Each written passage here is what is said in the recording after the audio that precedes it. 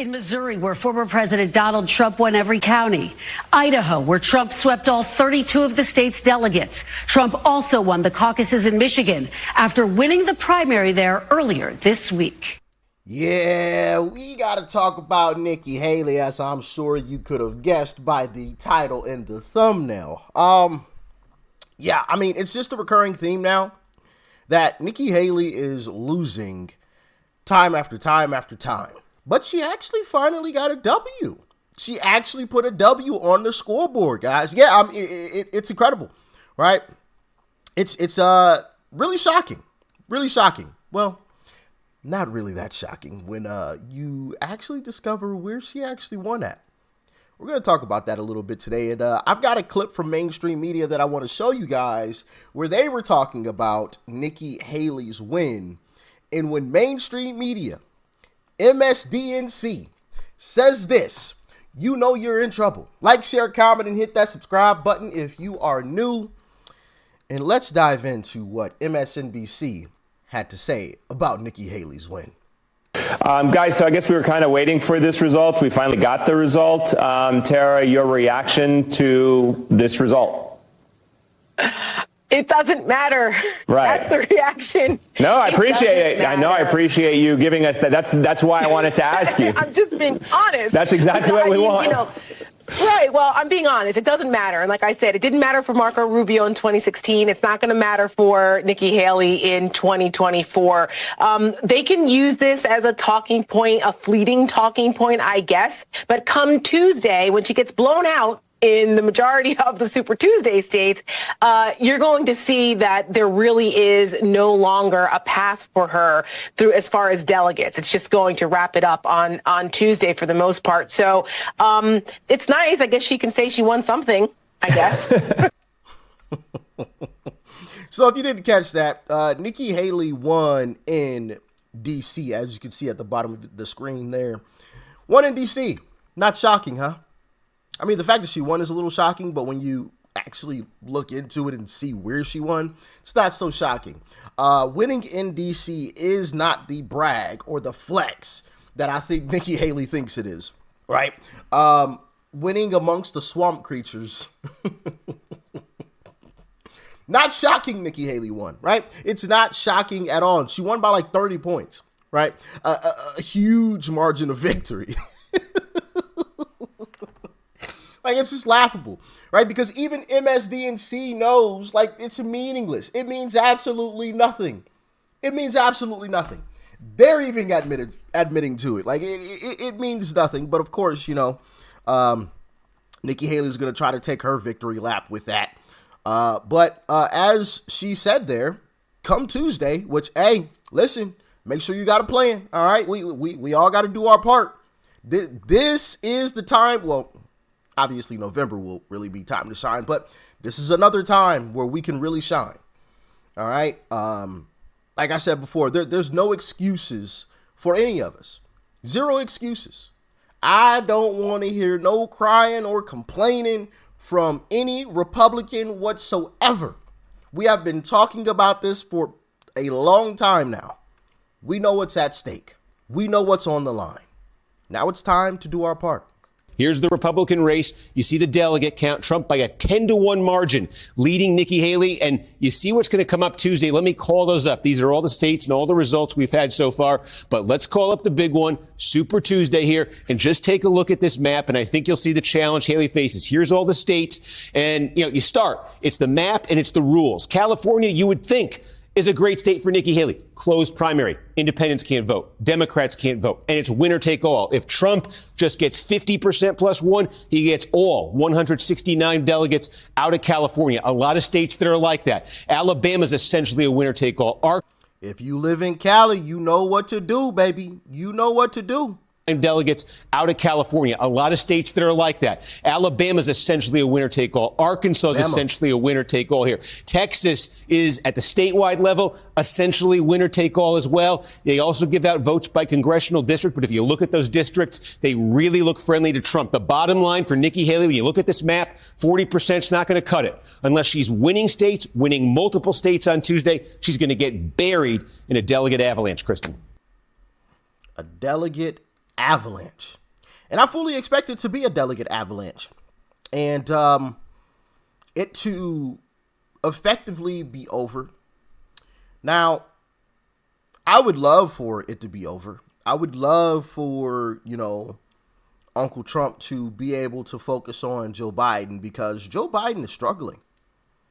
I mean, just about every poll you see now, and yes, take the polls with a grain of salt, but as I've shown you guys before, not only do the polls bear it out, but the street interviews that we've checked out, right, of folks in places where you wouldn't think there would be any true support for a guy like Trump, but time and time again, we've been proven wrong. And I played the videos for you, right? On social media, when you go to what I would consider a leftist page and you read through the comments concerning Donald Trump, I mean, it's honestly incredible. It's honestly incredible. It really is. The support for Trump. So I would love for him to be able to focus on Biden, because the lead that he already has will grow even larger. I mean, check this out. Our CBS News poll out this morning shows the former president with a 4-point edge over the current president among likely voters nationwide. That is Trump's largest general election lead yet in our surveys this cycle. Largest lead in their surveys. And that's outside their margin of error. Yeah, it's going to get ugly. But, I don't expect Nikki Haley to bow out or drop out. I really don't. And, I expect Nikki Haley and the swamp to pull out something, like I don't know what it is, what it's going to be, but there's going to be something. I mean, check out what Nikki Haley had to say about her pledge as well, which is also quite interesting. But I also have another clip that I want to show you guys after this about, well, I'm not going to spoil it. Just check out this clip. The possibility of endorsing him off the table at this point? It's not anything I think about. What I have said is it off the table, Ambassador? It sounds like you are in a different place. Are people misinterpreting what you're saying? Have you moved to a place where you're no longer planning to endorse him? Well, I think, first of all, if you talk about an endorsement, you're talking about a loss. I don't think like that. When you're in a race, you don't think about losing. You think about continuing to go forward. What I can tell you is I don't think Donald Trump or Joe Biden should be president. I don't think that we need two candidates in their 80s. I don't think we want a Joe Biden who calls his opponents fascists or a Donald Trump who calls his opponents vermin. No one wants that. I think people want a new generational leader that is going to go back to what the American dream is, what we want for our kids, in a place that's something that we can be proud of again. Let me try it this way. You did sign a pledge, an RNC pledge, to support the eventual nominee.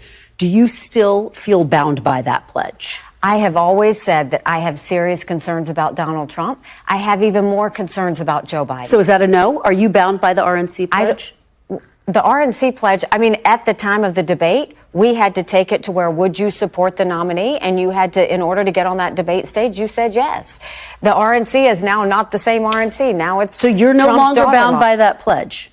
No, I think I'll make what decision I want to make, but that's not something. Oh, so what you're saying is you can't be trusted.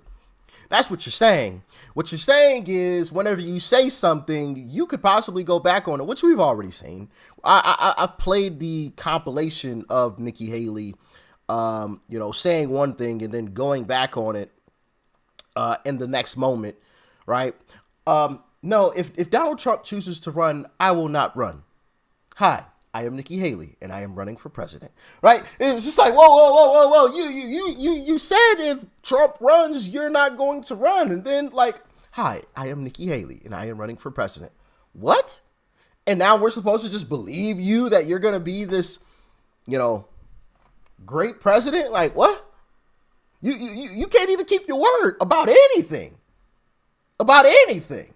So what are we supposed to believe when it comes to you, Nikki Haley? What are we supposed to believe? But she also, in that same interview, said something quite interesting.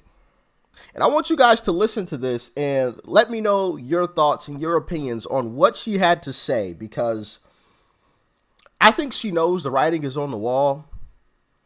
But, well, I'm just going to play it, and I'll say why I think this is going to happen. Check it out. So what you're saying, Ambassador, are you prepared to stay in this through the convention? Is that your plan? If the people want to see me go forward, they'll show it.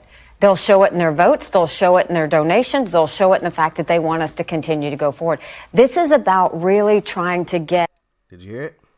So what you're saying, Ambassador, are you prepared to stay in this through the convention? Is that your plan? If the people want to see me go forward, they'll show it. They'll show it in their votes. They'll show it in their donations. They'll show it in the fact that they want us to continue to go. Interesting. So results don't mean anything to you, Nikki Haley. You continually losing in the only place that you've won thus far is D.C., which isn't a brag. So even after you get blown out on Super Tuesday and you are under the landslide of you're facing the mountain of, Trump support, right, that you can't climb, you're still going to stay in. Interesting. And did you hear the out that she gave herself? Donations. Where do your donations come from, Nikki Haley? Because I have yet to meet a Republican Nikki Haley supporter. A true Republican Nikki Haley supporter. I mean, maybe they're out there. I'm sure there are, but I haven't run into one. I have yet to run into one. I haven't seen one on social media, which I've showed you guys the clip, right? I showed you all. Like, look, I scrolled through the post.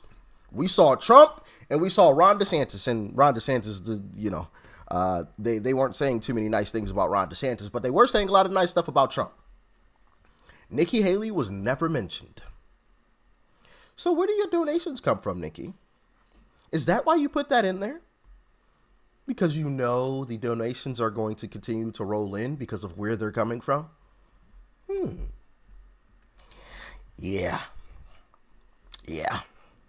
I think Nikki Haley hopes that Trump is taken out by the legal system and not, in the Democratic way, right? Because that's what Democrats always love to camp or shout. Democracy. Okay, well then let the people choose if you care about democracy. Isn't that what a democracy is? Letting the people choose? So let the people choose. Nikki Haley, why do you want the courts to try to take Donald Trump out? But that's what I think the plan is. And even if the courts fail, she can keep Trump in this non-race for as long as she possibly can to, drain him of funds, or at least attempt to drain him of more funds, drain him of more time and more effort, right? That's what I think the plan is. And listen, I don't blame Democrats. I don't blame them. I expect this. I expect it, right? Because I know some people are like, oh, man, blah, blah, blah. Like, I expect this. They're losing. They have to throw anything and everything at the wall and hope that something sticks. So I'm not surprised. I am not surprised that Nikki Haley is part of that plan. Hey, stay in the race. Allegedly. I got to say allegedly. Stay in the race. Keep them occupied as long as you possibly can. Don't worry about what's going on in these different primaries, if that you're losing. Don't worry about that. Just stay in. We'll give you some messaging, allegedly, and just run with that. And hey, just keep them busy. We're gonna do our part on our end, and hey, we got to take this guy down, and any way possible. That's what I think the true plan is: a death by 1,000 cuts, right? And I've said that before. Got you here. So it's not like one thing that truly takes him out. It's 1,000 different things. You got this and this and this and this and this and this and this and this, right? I think they're hoping that either, like I said, he's taken out by the legal system, he's taken out financially, or he just says, all right, you know what? I give up. I'm tired. which I wouldn't be mad at him. I get it. I don't think that'll happen based on what he said before, right? But I wouldn't be mad at Trump. I'd be scared for America. I'd be very, very scared about what's going to happen following that. But, you know, when you're going through what he's going through, man, you feel for the guy, you know? You're like, man, this is crazy. But, hey, as always, y'all let me know your thoughts, your opinions about all of this in the comment section below. Like, share, comment. Hit that subscribe button before you go. Peace and love. I'm out.